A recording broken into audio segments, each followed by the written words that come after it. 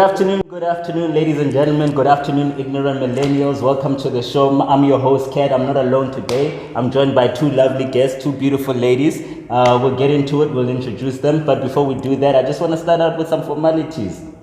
Shout out to you, YouTube viewer. Shout out to you, Instagram follower. Shout out to you, Twitter follower. Shout out to you who's always in our DMs, always suggesting, always making us laugh. And shout out to our previous guest.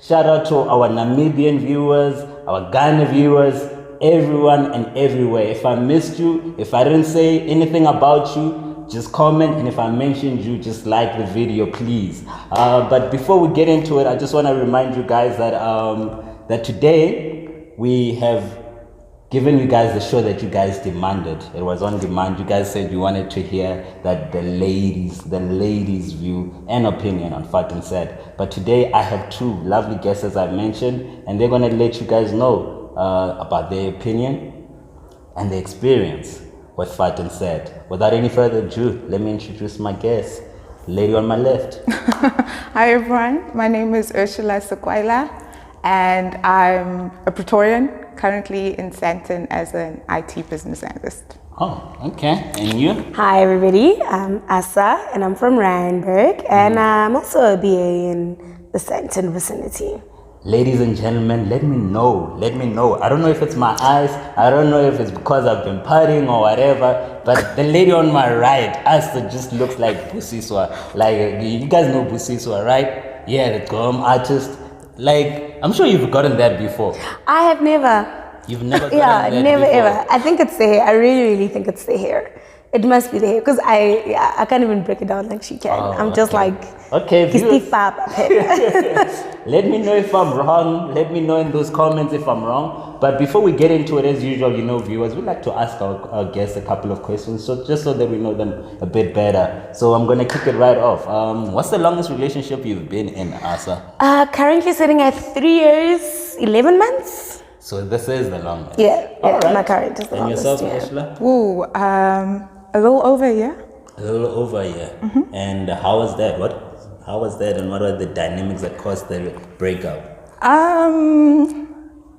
See, the thing is, I don't believe in just getting into relationships. So I think I just wasn't ready at the time.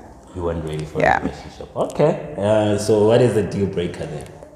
I think a deal breaker would be just being around anyone I can't be myself around.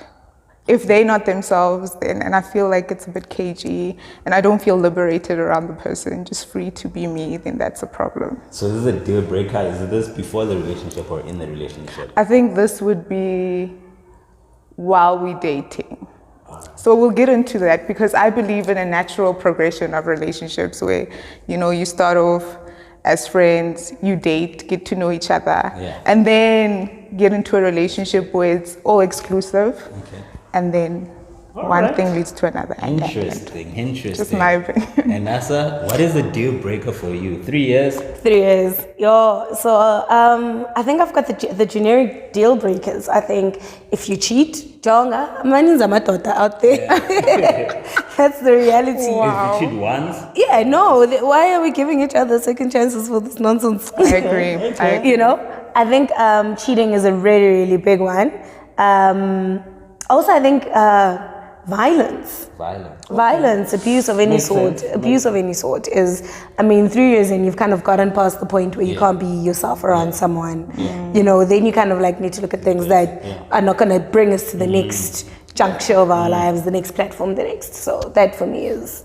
Okay. Yeah. All right. Yeah, that's very. Janga, we're past the age of begezela, hey? Oh. Yeah, I agree. Hi. Even a push is a deal. Like, don't get violent. Yeah, like that's a cue. This next question is really to lead us into the conversation of today. I'll start with you, Asa. How long to be in a Fat and Sad before you actually decide, you know what, we should be married now, or we should start thinking of getting married? So I'm going to say to you, there is no answer for this question, because I think it's an individual feel. What says when you're in a Fat and Sad you need to go get married? Like, why is the assumption that... We'll leave it at that. Do you understand what I mean? And yourself, Angela? Sorry, what was the question? How long in a fat said before you decide we need to get married or this guy's wasting my time? I think I wouldn't get into a fat and set to begin with without, especially indefinitely. Yeah. So in the event where, let's say, the person is telling me, okay, I'm going to need to stay with you for about 3 months. Yes. Then fine. I mean, there's a definitive time. Yes. I'll know that after 3 months, yo, Kat, it's time. Then it's fine. But then I don't know, when do you decide? When? Like, it just sounds like...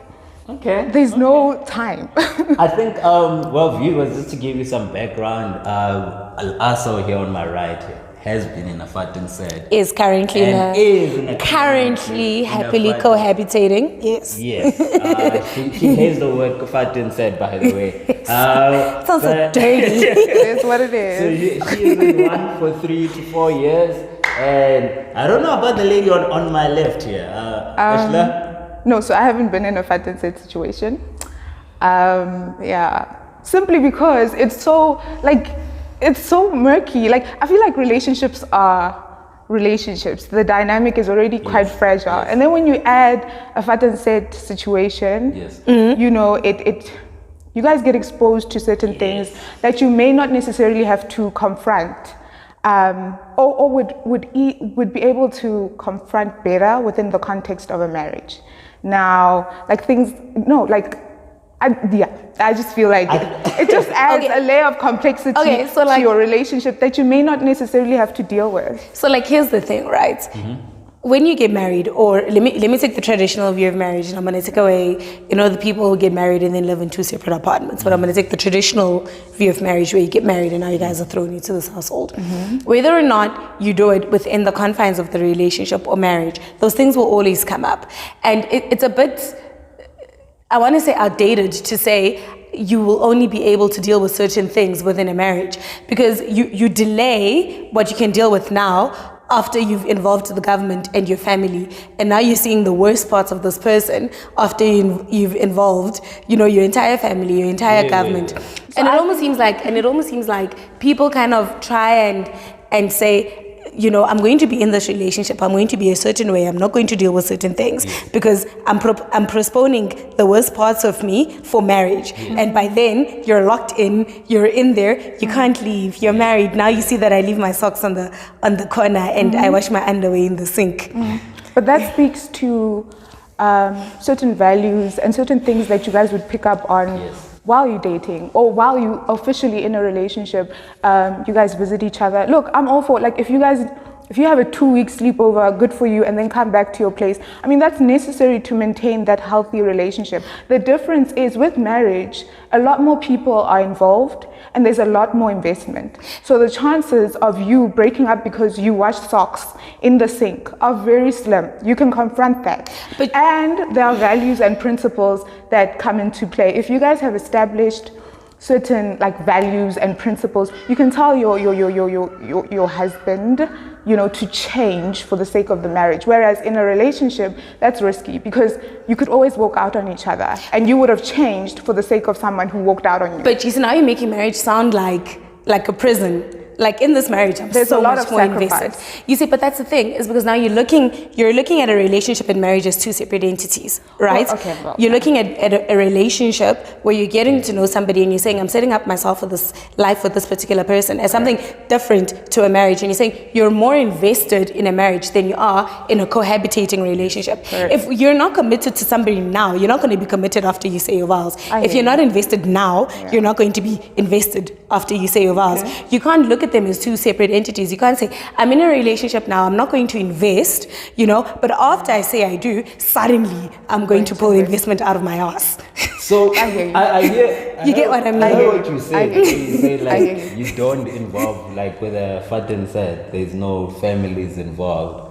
What do you mean there's no families involved? Whereas in a marriage there is. So do your family not know who you're staying with? Oh, no.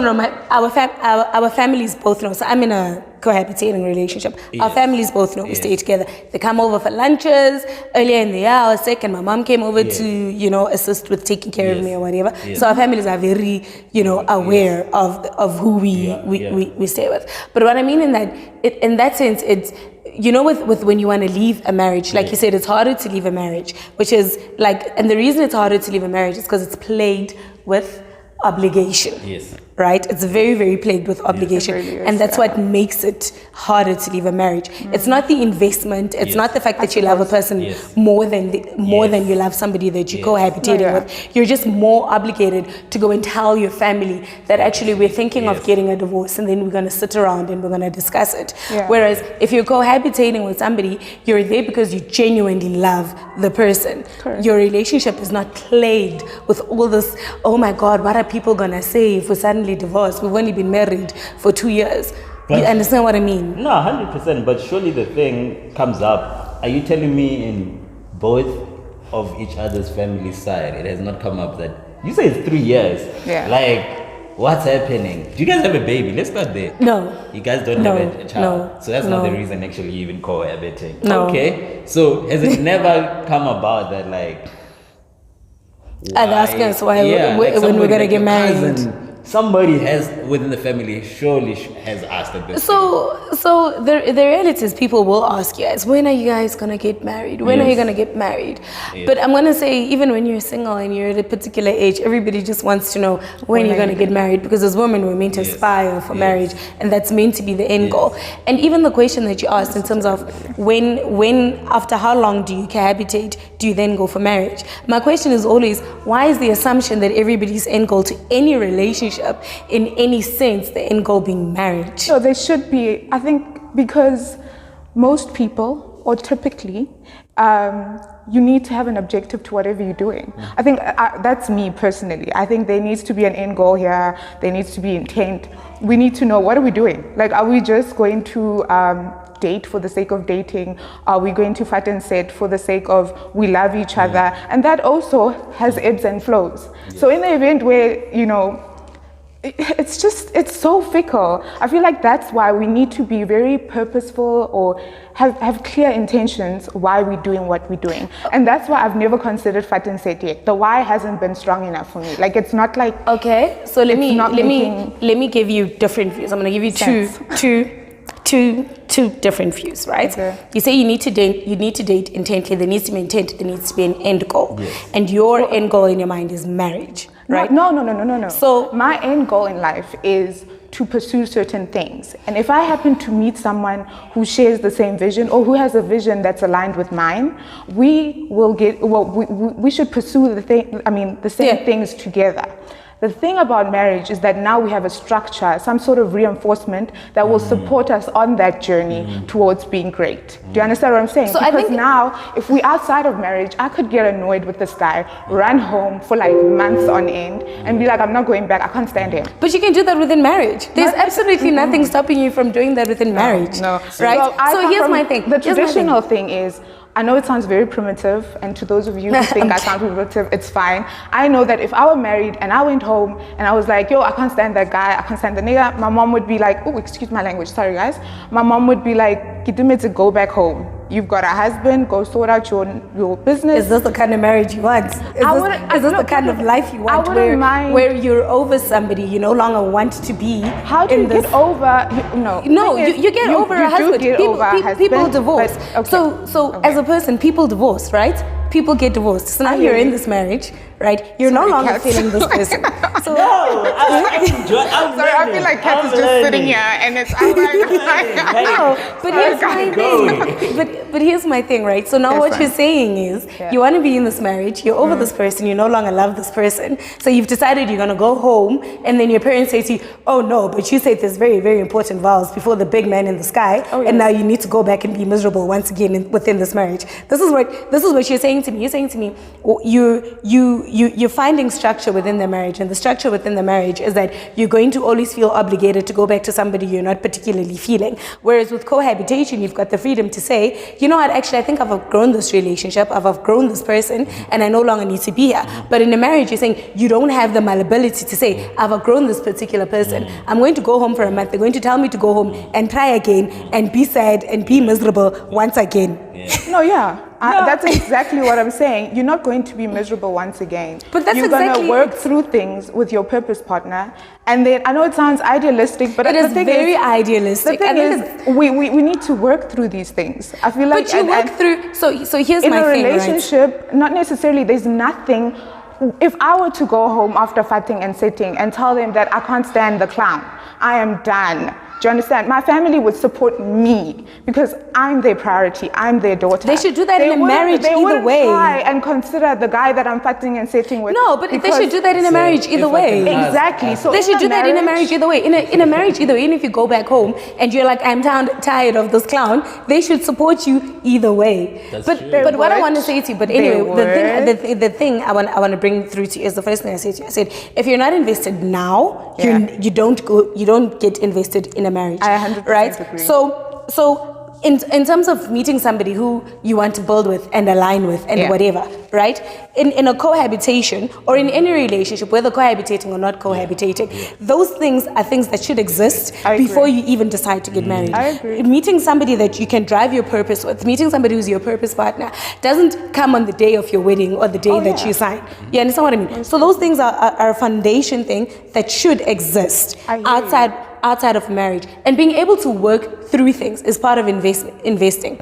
Right? Being able to work through, if you love somebody whether or not you've involved the government. You're invested with somebody whether or not you've involved the government. If you have an argument or a disagreement with somebody, you work through it, whether or not you're in a marriage or in a relationship. That is what companionship is, which is the goal of any relationship. The goal of any relationship is companionship. It's not a shiny marriage certificate. So when you say, you know what, if I go home and they say, you know what, I'm so tired of this clown and whatever. If you go home and you're tired of your husband and your dad abuses you and your dad and your husband cheats on you, your family should support you in the same way when you're cohabitating. If you are tired of a particular, we sometimes outgrow people, right? And you can outgrow people within a marriage, which is why divorce exists. You can outgrow a person within a relationship. But if you're invested, it doesn't matter because your thought process is always going to be the same. So I just want to find out from you. It's just a living situation. I want to find out from you, like, I had a lot of questions. Maybe some of them will be in my mind. Like, what is the impact of a child, like if you guys conceive a child while in a fattenser? What is that impact to the relationship? Well, is it not, okay, let's take there's an administration part of it, right? Because when you're married, the assumption is that you're going to take your husband's surname, which is not always true, right? But the assumption is that you take your husband's surname. So logically, your child would inherit your husband's surname. So, but that's an administration part of it. You can work through a two-surname. The child takes it. It's neither here nor there. You work through it. You agree with it. You get through it.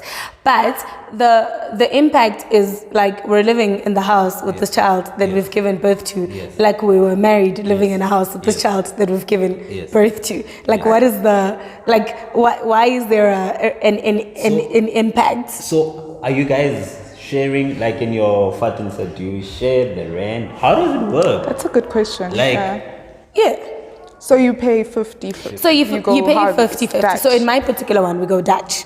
Wow. Right? Okay. We go Dutch. Because Dutch now? 50-50. Oh, okay. You know, you understand what I mean? Like then it's a 50-50 thing. Okay. But you find people, and now I'm being generic. You find people. Whose place are you staying at? It's our place. We got it together. Okay, continue. Okay. We got it together. No one moved in with somebody else. We got a place together. It's not a one bedroom. Yeah. So we were living in a complex, and he had his own place, and I had my own place, and then we're spending more time at somebody else's place. Which then, when you go into somebody else's space, and they're used to being in that space, it becomes a bit problematic. So we're like, you know what? Let's move into a neutral environment. Into a neutral venue. You understand what I mean? So it's our place. It's not like somebody moved in with anyone.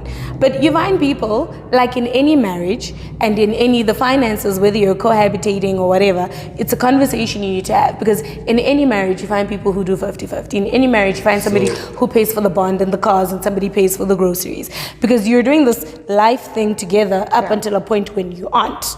So, but like in the place that you stay, is it like a 1-bedroom? Is it a 2-bedroom? It's a 2-bedroom apartment. So what happens when your partner's younger brother or cousin is here to apply for a job and he's staying there like pretty much long, and you have your sister or whoever who wants to come and visit? How does that dynamic work? So I think because we have had this conversation to like the nth degree. Yeah.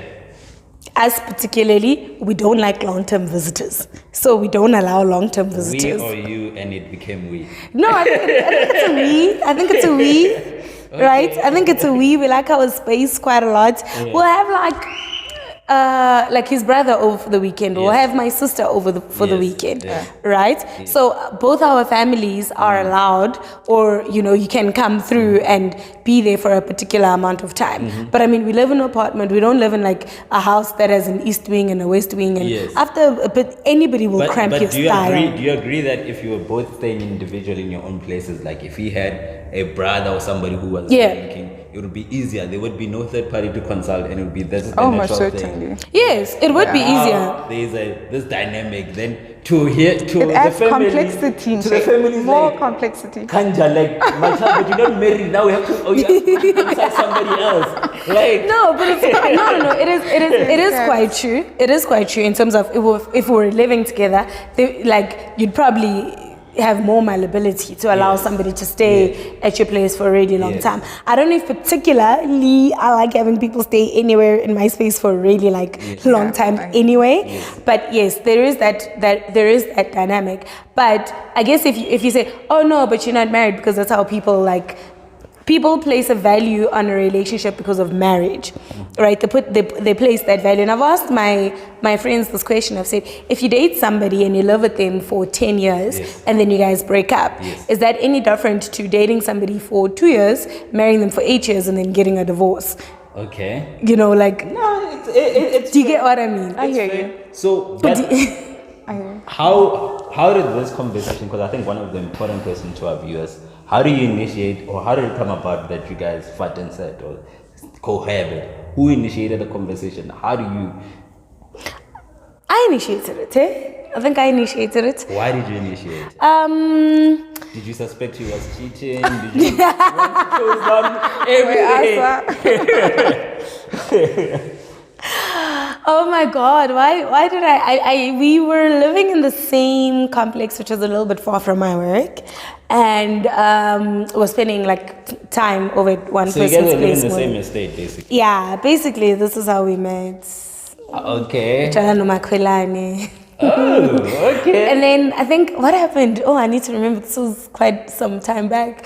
And then I think I needed to move out because it was a bit far and, whatever. And then I was like, hey, how's about we just move in together? And then at the back of my mind, I was like, it's also going to be so much cheaper on bills. Yeah. You know what I mean? But yeah, I initiated it. I think he thought a lot about it at first. Yeah. And his family is more traditional than my family, which is usually it's the girl's family that's very, no. Yeah. Because when I told my mom and sister about it, they were like, okay, have you guys worked out how you're going to do the finances? And I was like, yeah, we've spoken about the finances. And they were like, okay, you're an adult, whatever, go for it. Whereas he comes from a more traditional, get married type family. Yeah. So he needed to go and think about it You first. guys are renting, you haven't bought the property. So we've bought now. You bought? Yeah, we bought last year. So explain that dynamic. 'Cause you guys are staying, whose house is that? Yeah. What do you mean whose house is that? It's our place. Whose name is on the bond? Like you guys could break up. What happens? the old age. Somebody would have so it's the same as being married, right? Yeah. It's the same as being married. When you guys divorce, who gets the place? But that's 50-50. That's a marriage. Like if you get married without a contract, then it's 50-50. Yes. So in this particular instance, it could be a sour breakup where if the property is my name, Thank you. We've been in my fucking set for 7 years. You've helped me pay my bond for 7 years. I've benefited. Bye, boo. That's what happened. Yeah, that's quite true. Hope we never get there. So I'll be very, very honest. We kind of said that we haven't done it. We should smack ourselves in the hand for it because we bought last year, and we said what we would do, we would write a contract. So the property is in one person's name, but we said, you know what, because the next person is contributing fully, right? To have it down in like black and white to say, should something happen, we actually getting 50-50 of the proceeds. So just because I've applied for it in Ursula's name or in, you know, Kat's name, but I'm paying equally. So when we break up, it only makes sense that we share it equally. So we were meant to get a contract in place, but I think love is still hot and we kind of don't foresee a breakup. And yourself, so you would never consider a fucking set? Like I said, if the reasoning is there, if the why makes sense to me. But for now, I still don't get it. You're talking contracts now. Might as well just sign that marriage contract, you know, and get the marriage thing done. I mean, marriage has a contract as well. I just feel like... But you said, why must marriage be the standard? Here's my question. Okay, is that everybody makes marriage the standard. Why must marriage be the ultimate standard? So let me answer you the question. What is your end goal of your cohabiting? What is the end goal? My end goal is to grow old with somebody I really love in this companionship. So if you guys never get married, I'll be fine. Right. This is a topic from another day in terms of saying that I'm one of those people who don't want to get married. I'm one of those people who don't feel a need to get married. So for me, this is my ideal situation. Yeah, and that's fine. You can pull an Oprah statement, that's perfectly fine. I mean, and still thrive in life. But I don't think marriage is the standard for everyone. Right? So it's just for me personally. I think I made it very personal. But I think there are people out there who may not be into it either. So, all right. So I think you, in the last thing, you said you wouldn't marry somebody you're cohabitating with because you're already getting all the benefits. Which for me, like, gave me like a slight insight in how you view marriage. Because if you're saying you're already getting all the benefits, what are the benefits of marriage? Because when you're cohabitating, like, you always have to think about the fact that this person that you're with now is going to be the person that you marry, right? So, and this is why marriages fall apart, because Ursula is dating Kat, and then Ursula is not showing her crazy. She doesn't like the fact that Kat goes out every weekend, but she's not saying anything. She's waiting for the drink to go on her finger, so she can be like, and like, you, I don't like it when you go out, and now I'm your wife, and I don't like your friend, this one, and whatever, and whatever, and whatever. And now all these dynamics change. Whereas when you're like already living with somebody, you kind of already know how that person operates. But so if you say you're going to get all the benefits, when you say you're going to get all the benefits of marriage, right? What are the benefits of marriage? No, so understand, like, in as much as I said I don't, whatever, like, but remember Fatin said is like we're staying indefinitely or whatever, right? Together. Whereas whatever it is that my partner has, if over the weekend or if they're spending maybe 1 week, whatever, at my place, they would have time to identify whatever it is that they don't like and to voice it out. So even if they don't like certain friends, they would tell me and whatever. So that's just it. But people don't do that. People are like, this is a conversation I think I've had with my friends over and over again about how people go into a relationship. I think there's a thing where they say a man marries a woman hoping he'll never change, and a woman marries a man hoping he will change, right? Because that's deep. That's deep. That is very deep. Because you know, as people, and especially when we put marriage on a pedestal, and your whole relationshiping, you want to be chosen, you want to get that ring, you want to. Then people behave in a particular way that they will not behave. You know, you don't like Kat's friend, but you want that ring so that you can voice that actually I don't like your friend. Oh no, you voice things like that out from the onset.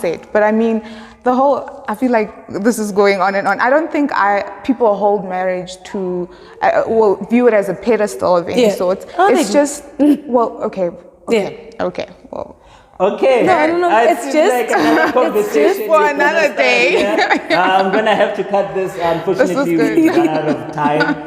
But I'd like to thank our guests for joining us. Thank you very much, Ursula. Thank you for being here and voicing out your opinion. I believe you also represented a lot of women, as much as Asa as well. Yeah. Represented a whole lot of women. Ladies, gentlemen, I hope you got both sides of the story. We gave you the gentleman, and we gave you the pros and cons in there, and now we gave you the pros and cons in here as well. And I hope you subscribe to our YouTube channel. Peace.